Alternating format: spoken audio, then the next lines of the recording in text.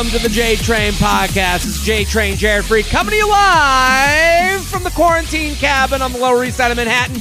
We're here every single day with your quarantine content to get you through. That's right, Monday through Friday, you get a new hot cup of J Train, steaming hot, ready to go in your cup. So listen, and I say it every episode, let me say it again. Thank you for listening. Thank you.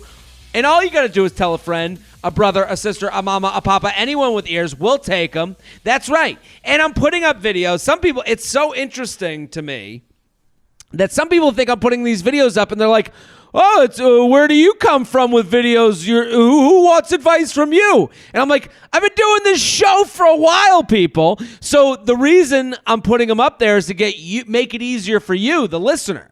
You now, instead of being like, hey, I got this podcast where this guy shouts at me and gives me advice, you can now just tag a friend, put their handle right in those comments and let them know. And then they'll nibble on my video.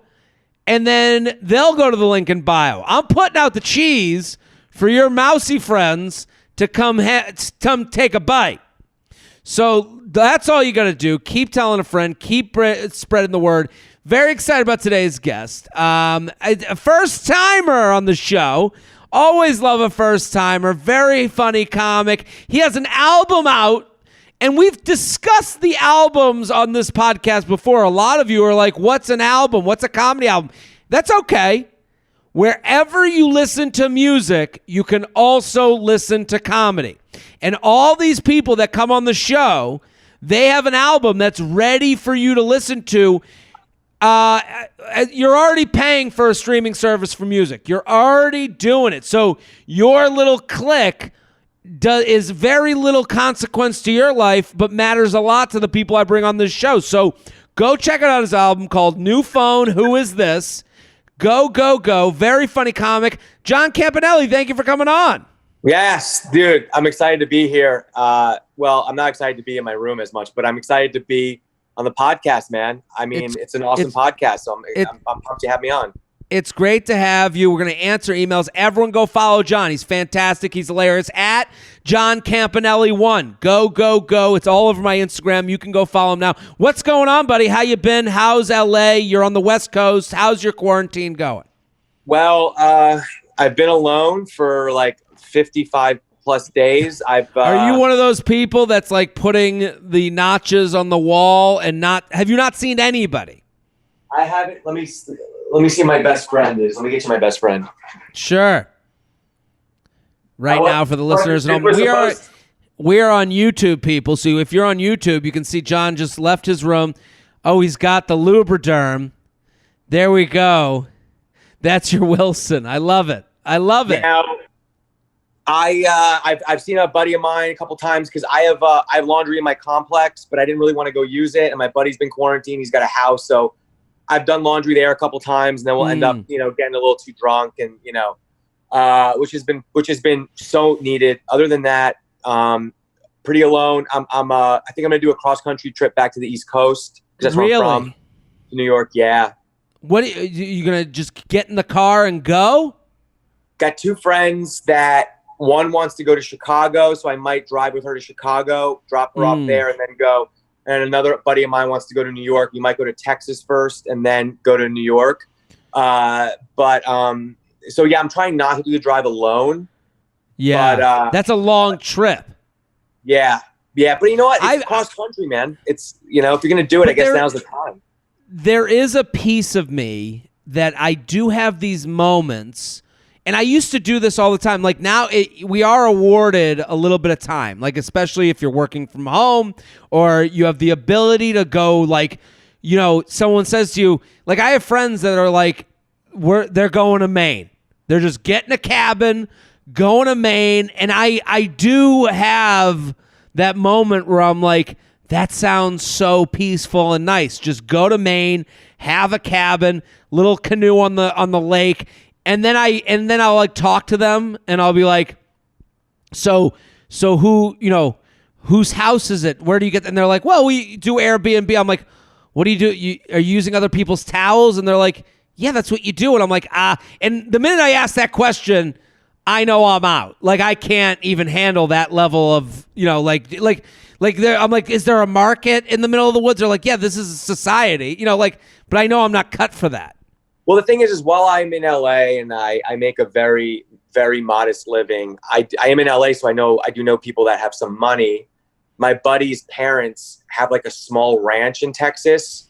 So that's why that's why he's like, let's go to Texas. We can stay there for like a night or two. And then a ranch. He's just got a ranch and he's staying in LA. Well, I would have been yippee-ki-yay, motherfucker. He's from LA and his parents are in real estate. I don't think it's like as big as it sounds, but basically there's a place in Texas we can go to that's theirs. Because I wouldn't do that. What you're saying is right, dude. I'm not doing hotels, Airbnbs. Like I might as well just fly at that point almost. So I'm not doing that, and I'm not big on like there. Yeah, so I agree with what you're saying, but it's interesting. It's funny that if you went to Texas and you're like, I'm ready for the ranch, and you get there and it's just like a 1-bedroom house, and they're like, yeah, we call it the ranch. It's actually dude. It might be a ranch house. It might not be a ranch. I actually don't even know.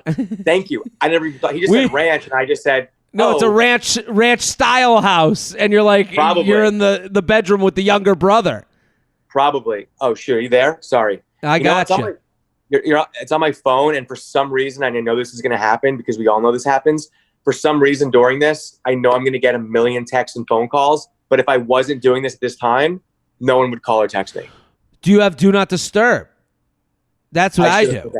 I put that stuff on. But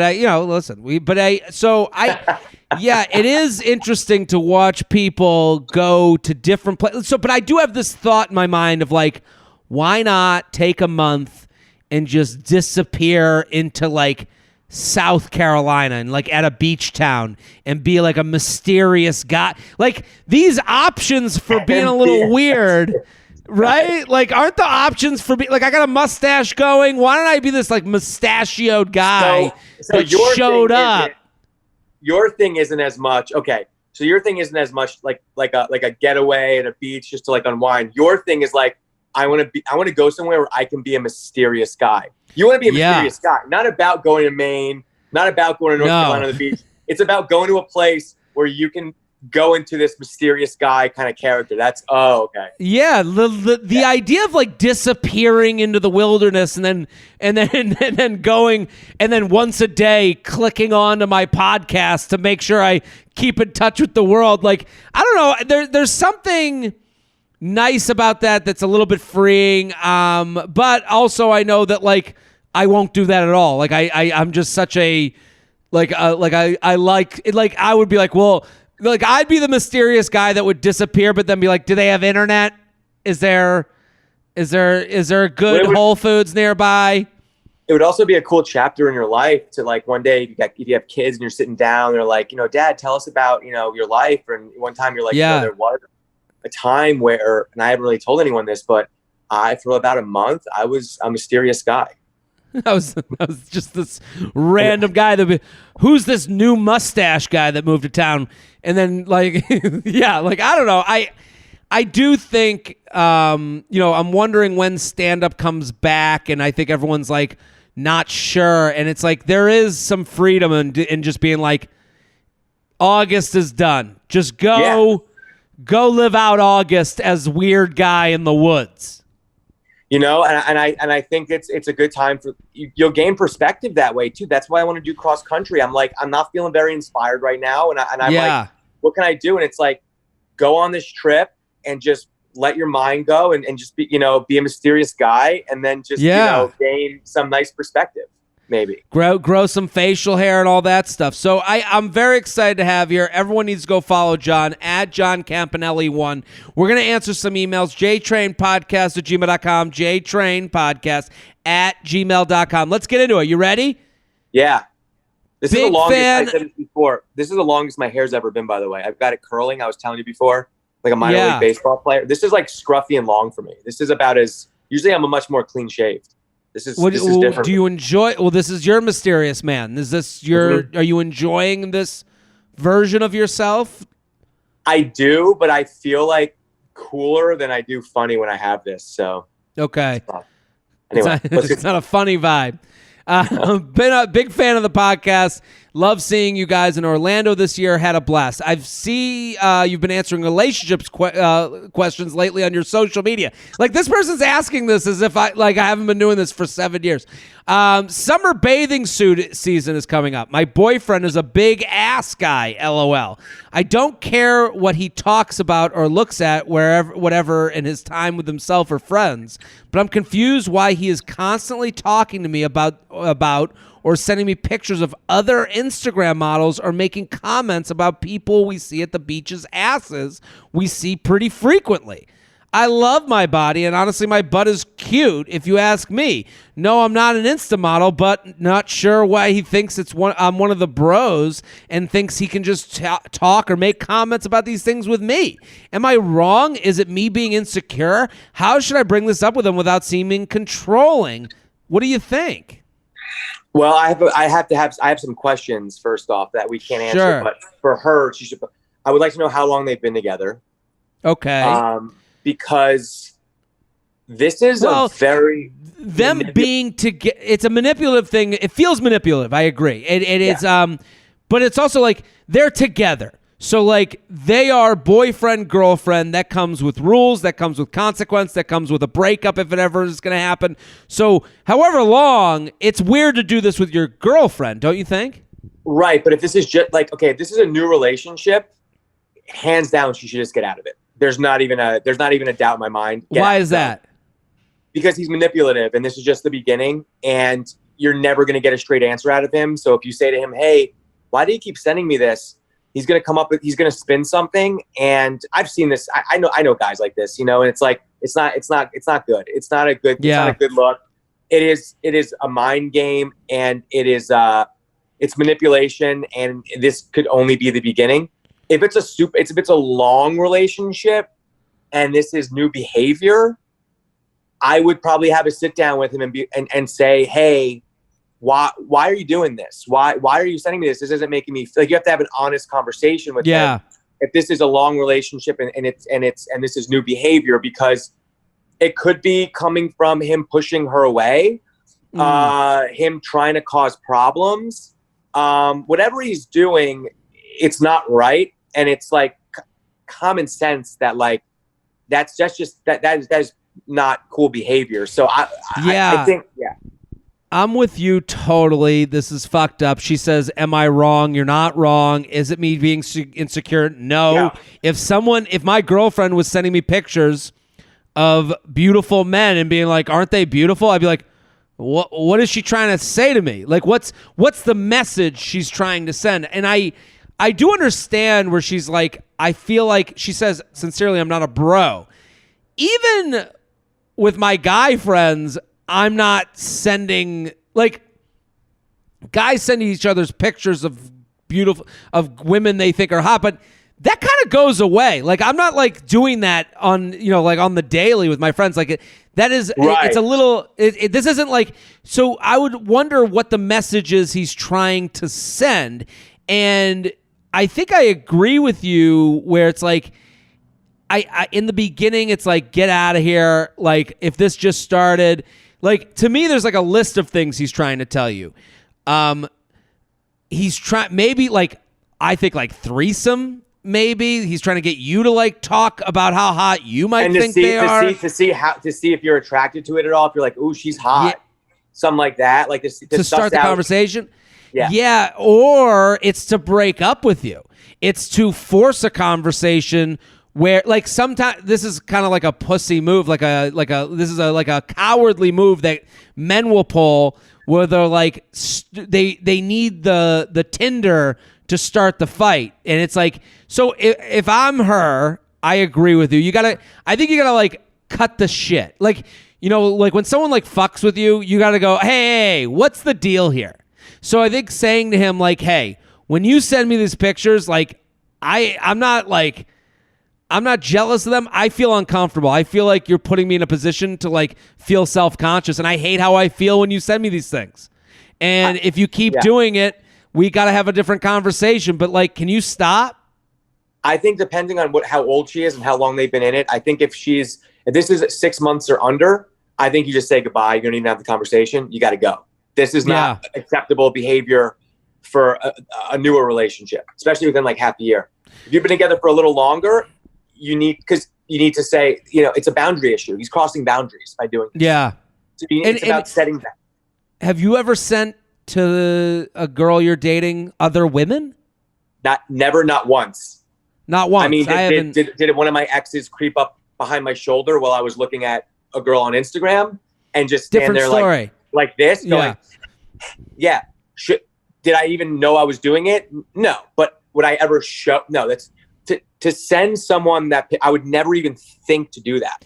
Yeah, it's such an aggressive thing to do that you're like, I do wonder what his end game is in that situation. That's why the threesome thing, like I'm trying to like go to like my most diseased part of my brain.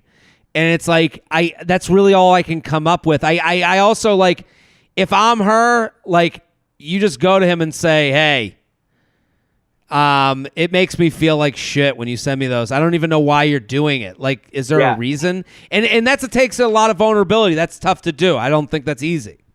Well, yeah, and I think that's what she should do is obviously I just worry with that type of guy, obviously he's not going to come back at her. And I think this type of person will typically make you feel like you did something wrong by asking and spin it almost like, how dare you think that's what I'm doing? And then almost make you feel crazier. And I don't want her to get in a situation where she now feels insecure and crazy. This to me is a telltale sign of someone who's going to begin who's manipulative, and that's the type of person that they are. Well, that's why you don't go with accusations. Are you doing this to have a threesome? Yes. We're just giving, you don't go with like, are you doing this to break up with me? You just go, it makes me feel bad when you send me these other women. Why are you doing that? And then he will explain.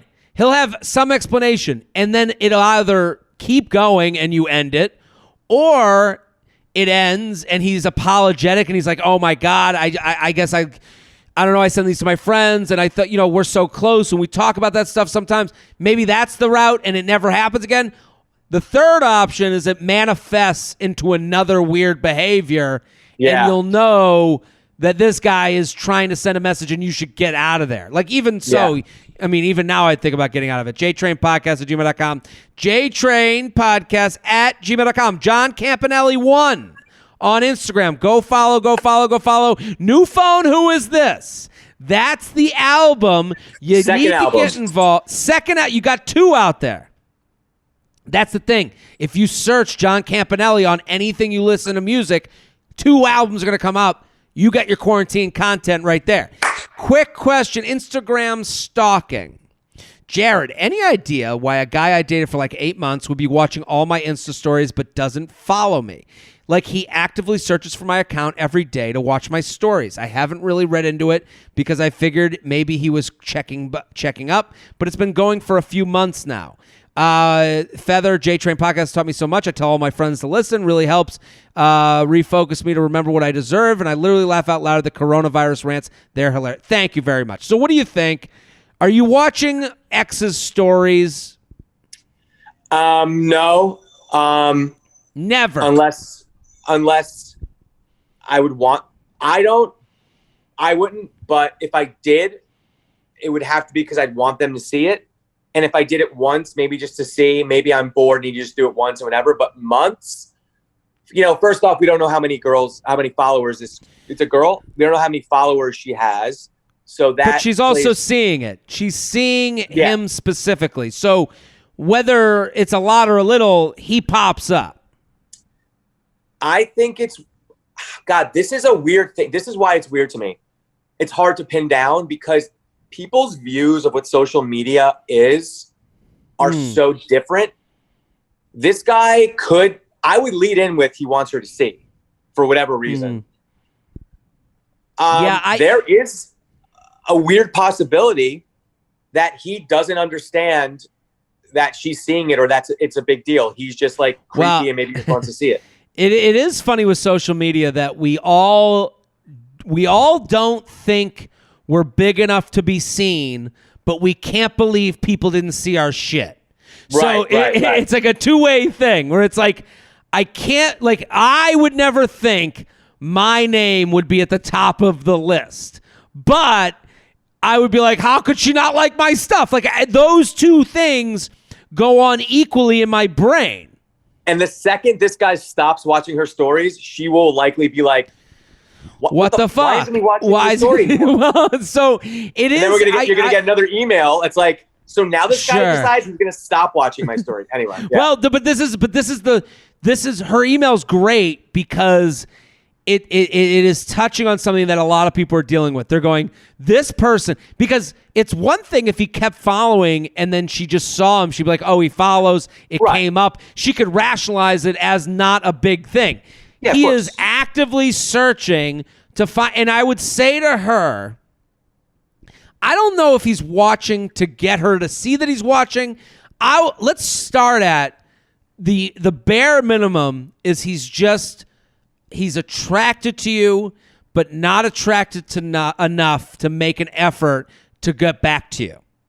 So we have to look at these things in effort terms. I have looked at Exes' Instagram stories. I'm in this boat. I've never looked at Exes' Instagram stories to start getting back with them. It has never been with the goal of like, maybe if I wanted to get back with an ex, I would make a very purposeful move that was more than waiting for them to see me, see them, and then message me. But I do agree that there is this level of that if you see him and you message him, now you're the one chasing him. You know what I mean? So it's almost like you fell into his trap. A little bit. So especially with someone you dated for 8 months and it ended. I think men especially love when something has ended and then the person magically comes back to them. Like, because then we can't be the dick if we end it. She could do? A crafty little game she could play if she wanted to, because she obviously wants advice on what she should do. You know, she's obviously like, sure. What do I do? If you really want to be crafty and play the game a little bit, you could not block him from seeing your account, but you could block him from seeing your stories. It's like there's got to be like an old and be like, what the fuck? And it's like, and then you're right. And then he reaches out and he goes, what the fuck? And you go, why does it even matter to you? We broke up. And I think with the story watching, it's to me, it's like the most interesting dating thing because if someone's watching your story, they don't care enough to DM you. So you have to think of it as levels. They think enough of you to search you out and look at you, but not enough to message you. And so if you're sitting here being like, well, does he like me? Well, he thinks you're hot, but he's not into it. He doesn't like you enough to message. So for you on this side of it, you should go, well, good to know. Get away from me. Fuck that dude. I'll block him for my stories. He can go fuck himself. Yeah. Go ahead. Now, if she is intrigued and doesn't want to fall into his trap and maybe wants his attention, maybe she's like, oh, this guy, but I'm not going to reach out to him. Why isn't he reaching out? There is another option. Here's another lane she could take. And even if she doesn't, actually, she could take this lane if she doesn't want to talk to him either. If she wanted to, another option would be to make a story that says something like just write on, just type in and say, isn't it weird when people watch all your stories and don't follow you? Just like a sub tweet of an Instagram story. So you're not reaching out to him, you're calling him out, and then maybe he'll go, oh shit, or he'll go, all right, then maybe he'll fall into your trap. That's only, but the thing is, I think it's only a win when you've broken up with someone and they keep coming back to watch. They're just, I think it's hard to not do this, but they are just literally there to do the least amount to see what you look like because you said yes to their naked body before. Right. So I do think where, anything that results in them talking again is a loss for her. Can I ask you a question? I forget if she said this. Did she say how she felt about him in the email? Any idea why a guy I dated for like 8 months would be watching all my Insta stories but doesn't follow me? I haven't really read into it because I figured he may be checking up, but it's ongoing for a few months now. She doesn't say how she feels. I would assume because they dated for 8 months and it ended. Like, I do believe that she's just like, what the fuck? Just go away. Like, this ended. I want to get away from it. And at that point, you block from the stories and you just let it go. Stories. And then if it gets weirder, you block from the Instagram. And then, and then if it gets weirder, obviously there's more options. You got to go a little higher. There's more resources there. But like, yeah. But watching your stories is also like the most passive way to show interest. So like, again, you have to look at yourself and go, do I want to date someone who wouldn't even DM me? And it's probably a no. Yeah. We are sponsored, people. The J-Train podcast is brought to you by Magic Spoon. This episode is sponsored by Magic Spoon, a new cereal company that discovered a way to recreate your favorite childhood cereals with 0 sugar, 12 grams of protein, and only 3 net grams of carbs in each serving. Wow, it tastes too good to be true. Magic Spoon offers 4 flavors based on all-time classics: cocoa, fruity, frosted, and blueberry, plus a variety pack that lets you try all 4. I loved the cocoa. Whoo! It brought you back without the guilt. It brought you back to like eating the Cocoa Puffs and then sipping the milk down, the chocolate milk. And, again, I remember eating cereal without hating myself for it. And then you grow up and you start just, double thinking these things, rethinking and thinking. So I had these the cocoa flavor, and I was like, oh, it just feels good that I'm not eating what the equivalent of a candy bar is in sugar. Magic Spoon spent over a year working with the best food scientists and chefs in the world to recreate the taste and texture of classic sugary cereal. But it tastes so incredible that you'd never guess it was healthy. It's keto-friendly, gluten-free, grain-free, soy-free, low-carb, and GMO-free. Okay, you got to try Magic Spoon to believe it because it tastes amazing. It's really good. Go to magicspoon.com/JTrain. That's magicspoon.com/JTrain to grab a variety pack and try it today. And be sure to use my code JTrain at checkout to get free shipping. Magic Spoon is so confident in their product, it's backed by a 100% happiness guarantee. So if you don't like it for any reason, they'll refund your money, no questions asked. I mean, to me, that's a no-brainer. Give it a shot. It's a delicious snack. It's magicspoon.com/JTrain. Use code JTrain for free shipping. Thank you, Magic Spoon, for sponsoring the show and bringing back childhood favorites that won't leave us bloated. JTrainPodcast@gmail.com. JTrainPodcast@gmail.com. Midwest guy with a car problem. I'm a Midwest guy. Okay. I went to college, have a great job. I have my shit together. I'm financially stable, but I drive older custom vehicles I build in my spare time. I understand girls aren't into cars and trucks, and I don't expect them to understand them or be into them. It's my hobby. So is driving vehicles that doesn't fit the standard norm a turn off to girls? I can't understand how this would ever be a turnoff. I know we're two straight men, so it's hard for us to answer on this question. Do you have any thoughts? So he's saying, read the last line again. It lost me. He wants to know why. Is driving vehicles that doesn't fit the standard norm a huge turnoff to girls? What is the standard? What kind of car is he talking about? I don't know what that, like a standard norm. I think the standard norm is like depending on what part of the country you're in, like a Honda or a Toyota, or I think it's nice to have I think most people want to date other people that have interests. Yeah. Like I can't see, like, to me the act of writing this email in means you're doing something otherwise with this car. Like you're making this car the excuse, or you're making this car like to me, like when you say, well, I it's like when someone says that they're, well, like It's like when someone says they're a huge traveler. Okay. You know what I mean? What were you going to say? I have a fucked up story that I'm in LA, so cars matter. Like unfortunately here, there are girls that will be like, oh, he drives this car, that, cause that must, it's a sign of money. He must have money. There's so many, women out here that are gold diggers or looking for, or opportunistic, with an agenda.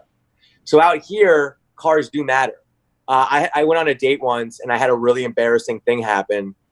I had just moved out here. I think because I've been doing stand-up for 10 years. I've lived out here 11. So it was right before I did stand-up.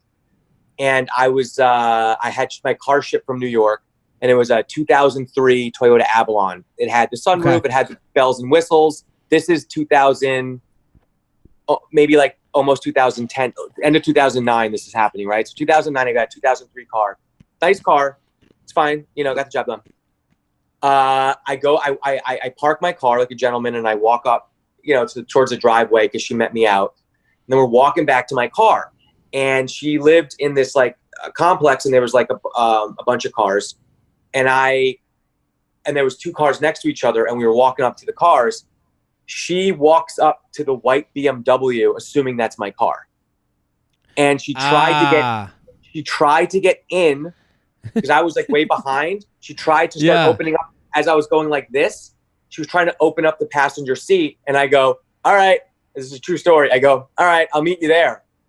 And she was like, what? And I go, well, I'll meet you there. You're going to take that car? And she was like, didn't get it. And she's like very, hot, a very beautiful blonde.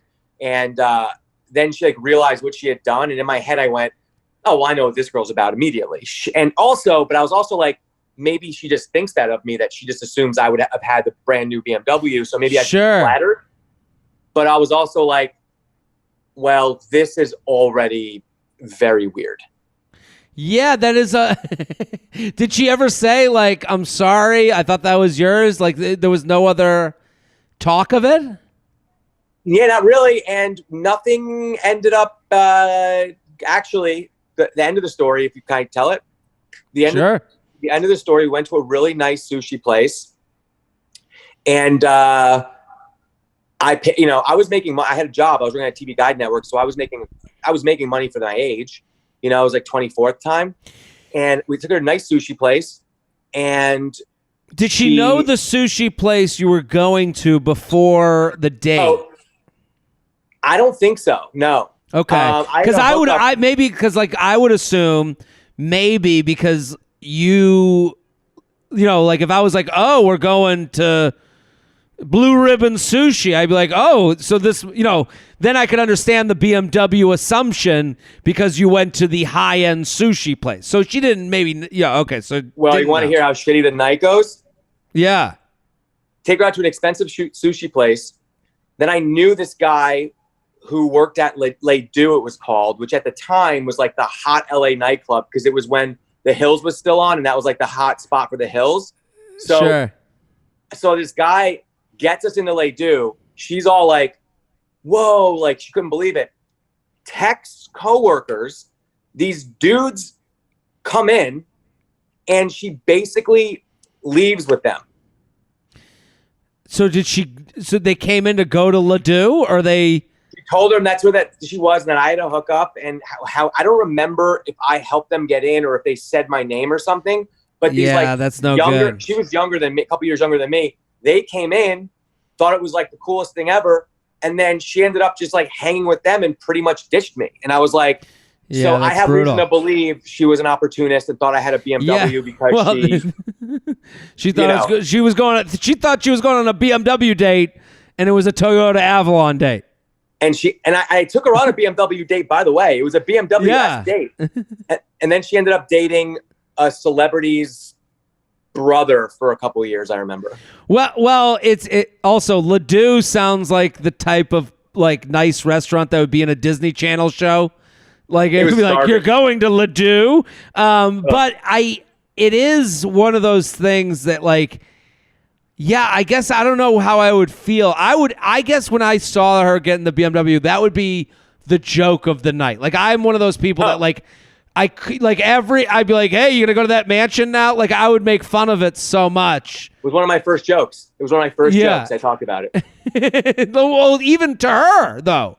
Like, I would want to know that she could be ball busted about this to like know if we would get along.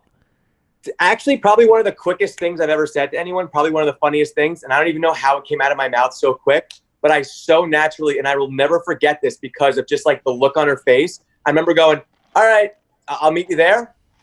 Like, I don't even know how I thought to say that, but I was so like, what? Okay, you're taking a different car.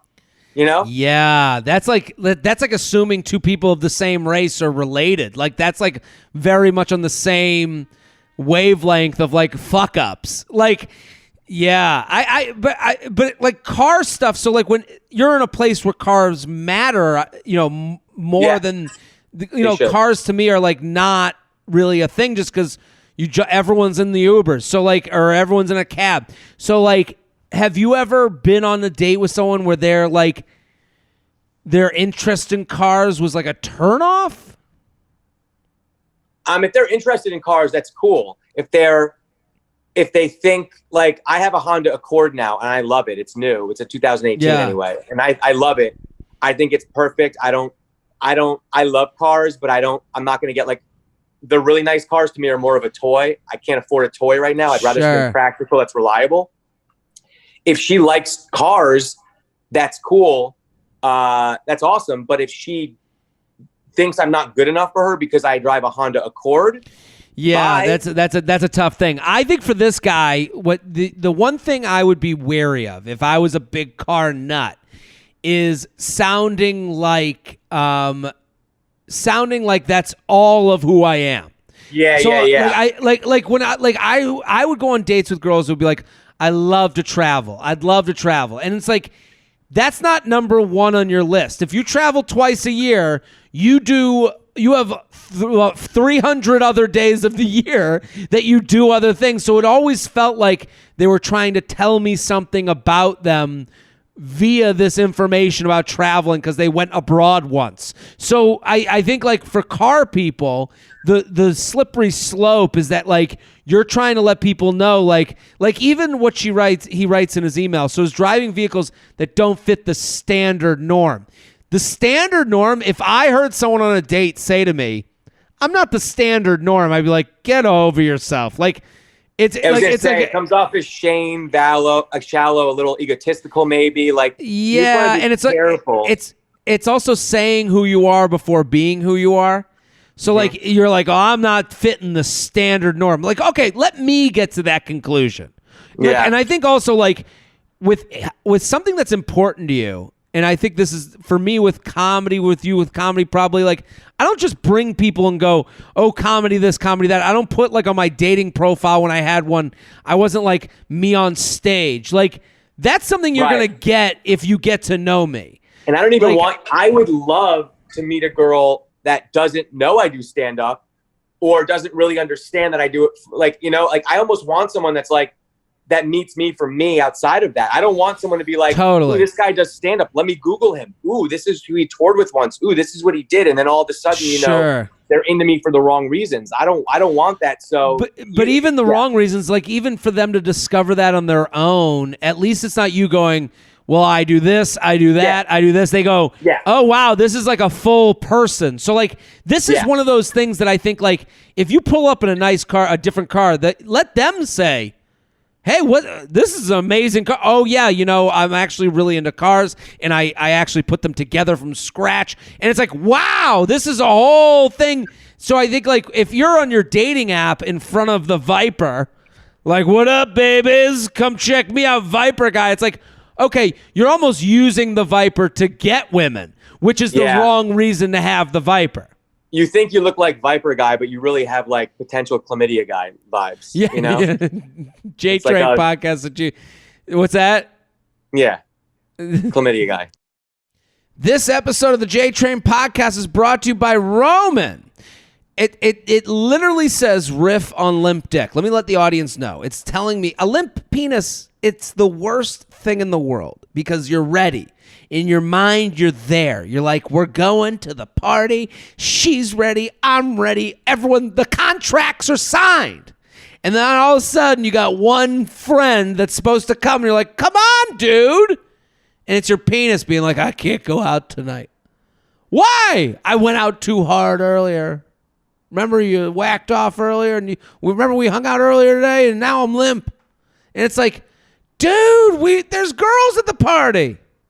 Let's make it happen. Anyone who's dealt with it knows how awkward it can be. And talk about in person. Luckily, there's a simple, convenient solution to get the treatment you need without leaving the couch. Our friends at Roman have spent years building a digital platform that can connect you with a doctor licensed in your state, all from the comfort of home. Roman makes it convenient to get the treatment you need right from home. Just grab your phone, complete a free online visit, and you'll hear back from a U.S. licensed physician within 24 hours. And if the doctor decides that treatment is right for you, your medication can be shipped right to your door with free 2-day shipping. You also get free unlimited follow-ups with the doctor anytime you have questions or want to adjust your treatment plan. With Roman, there are no commitments and you can cancel anytime. Listen, I love the idea of kind of zooming in with a doctor, that you get to take this stress out of your life, because there's so many times you're like, forget it. I'll get a boner next time. No, let's take care of ourselves. So if you're struggling with ED, stay home and go to GetRoman.com/JTrain. That's GetRoman.com/JTrain for a free online visit and free 2-day shipping. That's GetRoman.com/JTrain for free online visit and free 2-day shipping. JTrainPodcast@gmail.com. JTrainPodcast@gmail.com. Here with John Campanelli at John Campanelli 1. Go follow. Go ahead. I have another car story involving Seth MacFarlane, the creator of Family Guy. What happened? I'll try to make it quick. Okay. I was with. First of all, before you get into the story, I love Family Guy, so don't ruin the show for me. Oh, I have met Seth MacFarlane a few times. I like him. He's a smug asshole, but I say that like he's a brilliant mind, you know? Yeah. So I was at this place, and I had my 2003 Avalon. I had been doing stand-up for like a year and a half. When I worked at TV Guide Network, oh my God, that's so funny. I can't believe I never told you this. When I worked at TV Guide Network, I worked on a show called Hollywood 411. The host of it, Chris Harrison. Oh, shit. I know Chris Harrison very well. I used to text him. He seems like the man. He was, it was right before, it was like when Bachelor was obviously already, but he had gave me some of the best advice I got in entertainment. Because I used to work on the show he was on. So he always gave me like little nuggets. I liked him. I see him. I had been doing comedy for a year and a half. I left TV Guide Network. Now I'm doing stand-up. I see him at this place called The Parlor, and he goes, John, hey, how you doing, man? And I was like, good. He's like, you're really doing it. You really did stand-up. Wow, how's it going? And I was like, wow, so far. What a nice thing from him, though. Yeah. I used to have his number. I mean, he signed something for my little brother, liked the show, and he was just, I like Chris. He's a nice guy. He talked to my little brother on the phone too once because he got had a good grade at school or something, and I put Chris on the phone. Right. He's like, oh, good. So I like Chris. Chris was nice. And so he's with Seth MacFarlane, and he's at this place called The Parlor, and he's like talking to me, and I said to Seth, I was like, I saw you at, I had met you at this. When I worked at TV Guide Network, I met you at this Fox party, and he was like, oh, hey, how are you? Whatever. He didn't remember me, but whatever. Mm-hmm. So I'm with these like two girls, and they're like, oh my God, wow, So we're leaving, and I have my Toyota Avalon. I mean, I would be like, oh my God. If that were me, I'd be like, Chris Harrison. Like, I'd be freaking out. Yeah. So so Seth is leaving by himself, and I'm waiting for valet. And my car now had started making a weird noise when the AC was on. It would be like a loud vibrating noise and screeching noise. It was bad. It was very bad. And so these two girls are with me. They had come with me. They know it's my car. One of them I know from back east, and it's her friend, but they're superficial. They're like 21, 22. they're like, you know, cool, but like in the scene. So my car, I'm talking to Seth. I'm like, hey, it was good seeing you. We're standing in line together. He's like, you too, man. You too, you know. And then my car comes screeching up, the valet. And it pulls in front, screeching. It's got dents in it. It's like, you know. A big jalopy. Yeah. So the valet guy gets out and like looks around for whose keys it is. And the two girls immediately get embarrassed. They immediately go like, oh, fuck. So I go, the guy looks around and I go, like, oh, they're with the Beverly Hillbillies. I go, that's not my car. And he goes, okay. And he got in the car. I was like, no, I'm just kidding. And then they got in the car and started taking it back down. I was like, and he looked at me, Seth MacFarlane looks at me and I go, Seth, what would you say if I told you I drove a 2003 Toyota Avalon? And he looks at me and he goes, well, I'd say it's practical. And I'd say if those girls go back with you in it, they like you for you. And then I started great laughing. Answer. I started laughing. His car comes next. Brand new BMW, brand new. It was like, I don't remember what it was, but there was something in the back of it. It was like brand new for the time.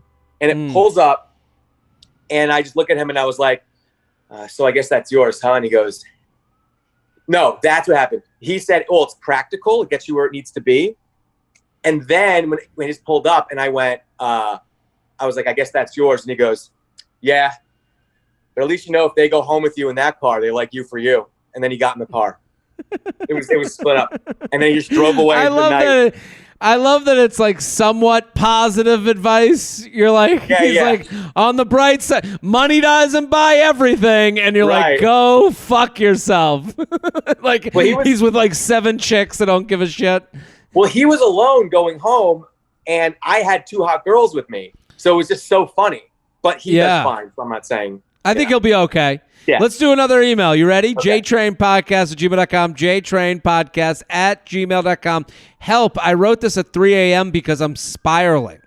Uh-oh. I was friends with this guy in college for 3 years, and during my senior year, I had a severe mental health problem, and he was always there for me. He was one of my best friends, and he is still the sweetest guy I've ever known. During the last year, we made out for a while, then stopped, then had sex a few times in the summer when I visited this past fall. He had an open relationship, long-distance girlfriend, so allegedly nothing could develop between us emotionally. However, I had deep feelings for him, and he said some bullshit, bullshit, and nice things about his feelings for me. During quarantine, we've been video chatting and texting more. He just told me that the girlfriend broke up with him a few weeks ago. I didn't even know they were still together. Considering he was emotionally cheating with me the last year, I hoped that he'd be the one to end it. I know he kept her around for so long because we're all afraid of being alone, and I feel like an idiot for always thinking magic could happen with us. He's the only guy I've pictured wearing I've pictured wearing a yarmulke at my future wedding. In the back of my head, I still view him as the one, but I tell myself I deserve someone who loves and prioritizes me without other girls floating around. I know I can't meet anyone new while I'm still hung up on this guy, and I don't want to reblock and unfollow because it made me sad last time, and I love having him in my life. Is it meant to be later or not at all? P.S. I'm 2 years sober, and dating sober is hard, and he's a stoner upstate. So she's in NYC and he's upstate. Does it matter? I don't know. So what do you think? This is a tough one. Well, this is a really tough one because it seems like they had a really good friendship and then they entered the romantic realm of it. I'm not saying at the right time because while I believe in timing, it's also like, it's so tough because it seems like it didn't start off the way it would have been a rom-com where 2 friends get together. Yeah.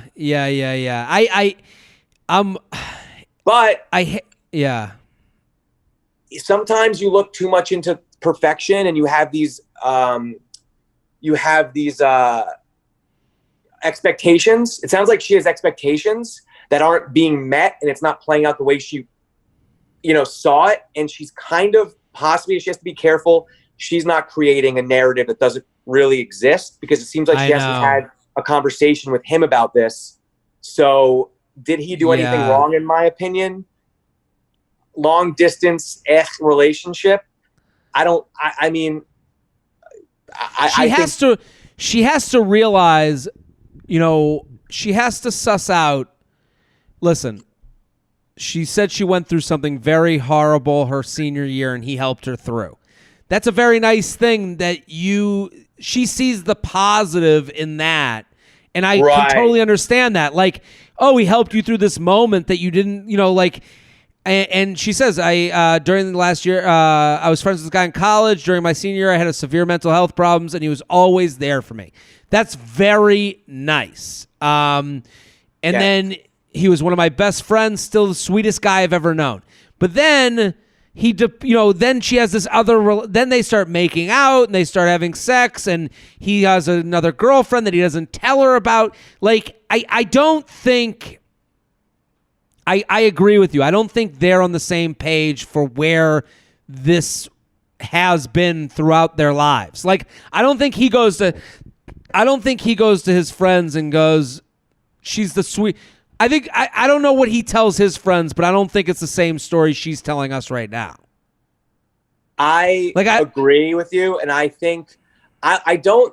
Okay, so there's so many different ways to look at this, and this is layered. There's a lot of layers. Yeah. Here. I don't love that he was there for her through all of that through a tough time, and then he was there for her through mental health crisis, and then he hooks up with her and has sex with her. I don't love that he did that. I think that's a little suspicious. It's not really like, it's like you guys were there for each other on a very intense level, and when you throw sex into it, like their friendship is ruined, because this is why. Yeah. Their significant others, if they don't get together, their significant others are never going to be okay with them being friends, because they've had sex, hooked up, and they have a very intimate history. So their friendship is kaput. I don't care what, there's exceptions to every rule, but in my mind, their friendship is now kaput. So it was weird of him to act on that. And I understand it's really complicated, but I mean, so I don't know, pick up from there. I don't know. It's a really hard thing to because we don't want to diminish how helpful he was for you. Like, here's the thing. It's a two-way street. This guy was really helpful for you during that time. But if I look at it from his angle, was he there for you because he was attracted to you? Was he there for you because he wanted to date you and he didn't have the balls to do it, so he became your friend, and then you guys ended up hooking up, and then he saw that you could be an option in his life at any time, so then while you were an option, he made other people the priority, so then he went to the priorities because he didn't think that they would give him the benefit of the doubt that you always will give him. Like, from his side, I can make it sound very hurtful and maniacal, but I don't think people are bad people. I start with that he was just doing what he thought was right at the time, but now with this whole backstory. So it's tough to talk about because I don't want to make him this evil person, but I also don't think that she should continue with him. Well, I also think this sounds like a very young guy thing, a good dude but young dude thing to do. Is the bad parts of what he did, or the selfish parts of what he did, is that just age? Is that just a little ignorance? Yeah, and also realizing the ignorance, not realizing the amount the magnitude of how you count in someone's life. When you're 22 doing that for someone, it's different than 29. You'd be like, well, you should go talk to a professional. I'm not the one that can help you through this. And also, I think our interpersonal relationship will not make this work out well. Yeah, I'm with you. At 35, I'm never hooking up with a girl that I have that relationship with, because I know that she's got a fragile state of mind to degrees, and I'm not going to do that. When I'm 22, 23, I don't realize that I just thought I was a friend. Yeah. She's my friend and she was going through some shit, whatever. But okay, now the shit's over. Oh, you want to hook up? All right, let's hook up. Now, having said that, she writes, is it meant to be later or not at all? It's not at all. I think you guys are right now reaching out to each other because you're comfortable places, landing spots. Your texts will be received well. His FaceTimes will be received well. But right now, when you're well, we have no one else to meet, Yeah, but this is already like a device. This is already a person that doesn't bring you to a good place. And she says the one thing she writes, and I know I can't meet anyone new while still hung up on this guy, and I don't want to reblock and unfollow because it made me feel sad last time, and I love having him in my life. I would say to you, it's going to hurt to lose someone because they are someone who you were able to confide in, that you knew that would be comfortable, that you knew you could trust for certain information, but it's not in a vacuum. Like she has to, I think she has to block and unfollow, and then also like do not just stay alone, reach out to friends, reach out to family, let them know that you've lost a loved one that you can't really go back to. Not like death, but I'm saying like this person needs to kind of die to you for you to move on, because they're only going to be so much for you. It's never going to go beyond this. And also, it seems like they made out a little bit. They had sex a few times. You know, sex complicates things, but I think it's ultimately like, don't let a couple of times having sex ruin the positive impact that this guy had on you. Like, look at it like, you know, maybe have that mentality of like everything, you know, people come into your life for a reason. And this guy, maybe he was put into your life to help you through 2 really tough times. And you should look at the positives of that. Be like, this guy was a great person to have in my life. You know what? Sorry, it's not playing out the way I want it to be in my magical world. And I don't mean it like that, but it's like, you know, oh, it's not playing out the way you foresaw it. But like, don't erase everything that's happened because this isn't like she's coming at it now from a little bit of a selfish perspective. He helped you through a couple of really difficult times. And that to me is huge. And so I think maybe you need to look at him like she is, like a sweet, good guy. He was a positive person in her life, but it's not working out the way she wanted it to. And if she lets it go, you know, I hate to say it, but maybe then but you have to truly let it. You can't let it go to hope it comes back. You have to truly let it go. She also writes, I'm 2 years sober in NYC. Dating sober is hard, and he's a stoner upstate. So does this matter? I don't know. It matters. It matters because you wrote dating is hard, and you're going to an easy person because they'll never let you down. Right. He's upstate where he's never going to be asked to come down, and if he can't come down, he'll have an excuse that makes sense. The guy that you go on a date with that you don't really like, there's no excuse. You went and tried, and it didn't work out, and that's hard to face fact. So this guy is like, as much as you are this crutch for him, he's becoming this crutch for you. So I think she's got to get away from this dude. She's got to block and unfollow. She's got to reach out to friends and family to let them know. She's got to like end it with him, like let him know that like on good terms, hey, this is done, but I need some time away from this because it's not a positive force in my life. And then I think you seek out like someone to talk, a professional. We're not professionals. We're talking from like a professional that you can have this out with and talk with them, talk yourself through it, and realize you're not alone. Well, first, there's a couple things. First off, she needs to know she's going to be great. This guy was a good influence on her. She's going to be fine. Number 2, she has to start looking inward because from what I'm reading a little bit into this, she does seem like she puts a lot on him. She puts a lot of her stuff on him, which is fine. He's been there. But you have to be careful that you're not looking to him because he's someone who will take care of. Because that's not fair to put on your significant other. So the thing is you have to, I would say seek professional help. Like just a therapist, someone to help you talk it out, go inward. Because you need to find a significant other who you guys complement each other. One person's not expecting more from the other. And this relationship has started off so much where he gave you a lot emotionally when you needed it. And now you might be a little reliant on that. So it's like But both of us heard that scenario, and we didn't think that this guy's going to work out for her. Like, we heard that scenario, and we both thought, like, oh, he was dating someone else, and you didn't know? Like, he's holding that from you because you offered him, you know, you're giving him a crutch. You're giving him. So I think we both need, you know, she knows the answer, but, like, is looking for us to say, well, maybe there's no hope with this guy. This guy, you've done it. And I also appreciate the experience. You've done it. You had it. He was there for you. Move on. JTrainPodcast@gmail.com. JTrainPodcast@gmail.com. Let's do one more email. Does that sound good? Yeah, dude. I'll do 10. Whatever. Awesome. Go follow John Campanelli. He's fantastic. He's hilarious. @John Campanelli 1. Go. Let's do not this one. Let's do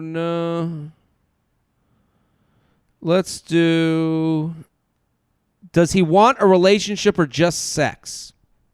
I already love this. Met a guy from Hinge early January. Things were fire from the first date.